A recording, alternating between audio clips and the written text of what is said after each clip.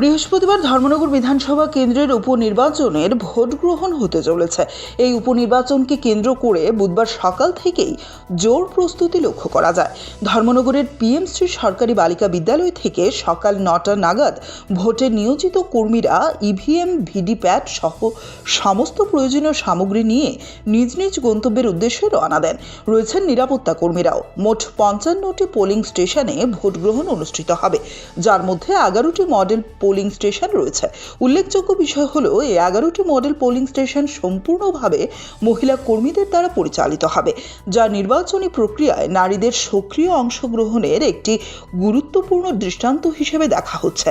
নির্বাচন শান্তিপূর্ণভাবে সম্পন্ন করতে সব ধরনের প্রস্তুতি নিয়েছে প্রশাসন।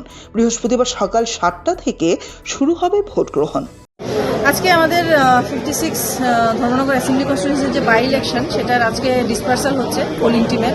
তো এখানে আপনারা দেখতেই পাচ্ছেন আমাদের ডিসপার্সাল সেন্টারে আমরা দাঁড়িয়ে আছি। এখানে পোলিং টিমগুলির হেল্প করার জন্য বিভিন্ন ফ্ল্যাক্সও লাগানো আছে, বিভিন্ন কাউন্টার আলাদা আলাদা করে খোলা আছে।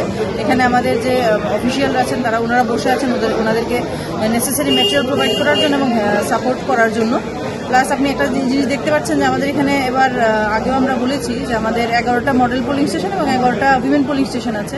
তো উইমেন পোলিং স্টেশনের জন্য যে মহিলা ভোটকর্মীরা নিযুক্ত হয়েছেন ওনাদের জন্য আমাদের সেপারেট কাউন্টার আছে, দেখুন পিঙ্ক কালার, আমরা এটা অ্যারেঞ্জ করেছি।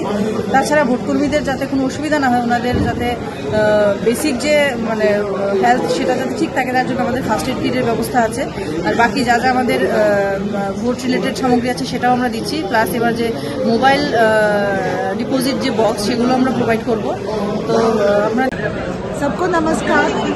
कल धर्मनगर 56 असेंबली कॉन्स्टिट्यूंसी का बाई इलेक्शन है, तो आज हम लोग डिस्पर्सल सेंटर में हैं, government girls higher secondary school में।